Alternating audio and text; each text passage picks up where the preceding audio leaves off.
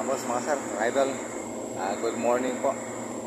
At ito, medyo maganda yung araw natin ngayon. At medyo pagkarik na yung ating haring araw.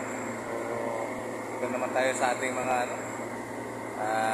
monitoring sa araw-araw na ginagawa natin. So, titik natin itong ating kinargahan nung nakarang araw. So, hindi ko lang na-videoan dahil nga mabilisan kailangan yung gawa namin dahil nga nahabol namin yung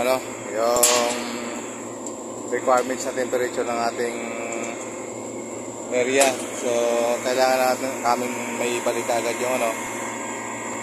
yung temperature doon sa area na kailangan ng although ito yung mid temperature lang ang kailangan, ito yung mga plus 10 to 12. So yun yung kailangan. So ginawa natin is nagdagdag tayo ng freon dahil nagka-problema yung ating port dito sa may suction. So yun yung port na yan. So nagka-problema yung ating port dyan, nagkaroon ng leak, kaya makikita nyo yung ilalim. So may pakat ng langis. So ito ay hindi ito picture compressor, ito ay isang diabok. Tagal-tagal lang lifespan ito mga boss.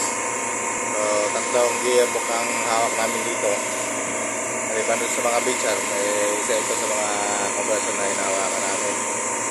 Okay, sa mga freon, maliban doon sa mga pangamoy namin compressor. So ito sa mga freon, isa ito sa mga hinahawakan din namin iya.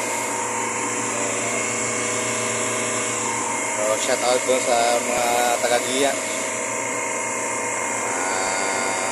Maraming salamat sa compressor. So ayan, so ito ngayon hanggang ngayon operational pa rin ang compressor nyo. So kailangan na ma-maintain yung ating performance ng ating compressor. So ayan, so nagkarga tayo nakaraan dahil nagka-problema nga yung ating port. Kita nyo yung bakat ng langis.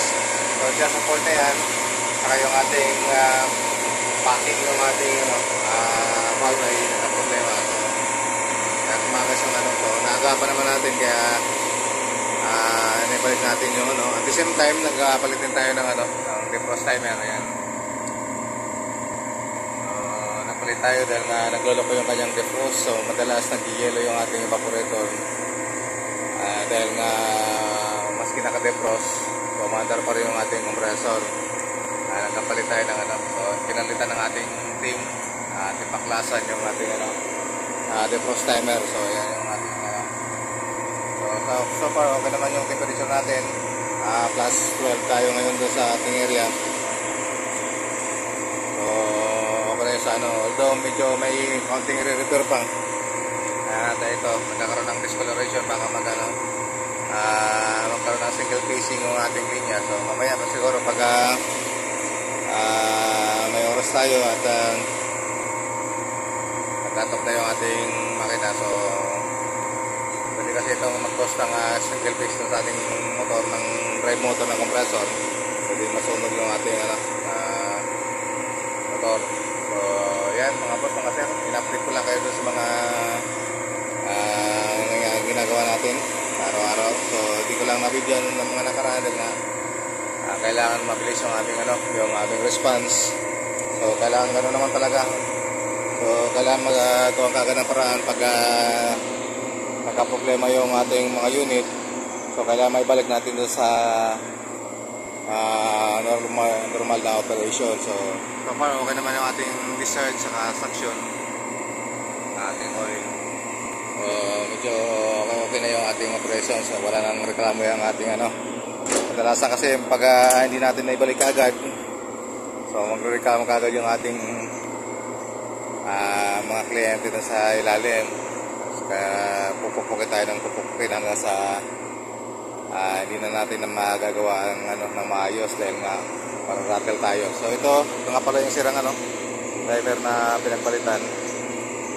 Ito naman yung bago nakakabit sa siya. So ayan, pinakita ko lang sa inyo yung mga nangyari.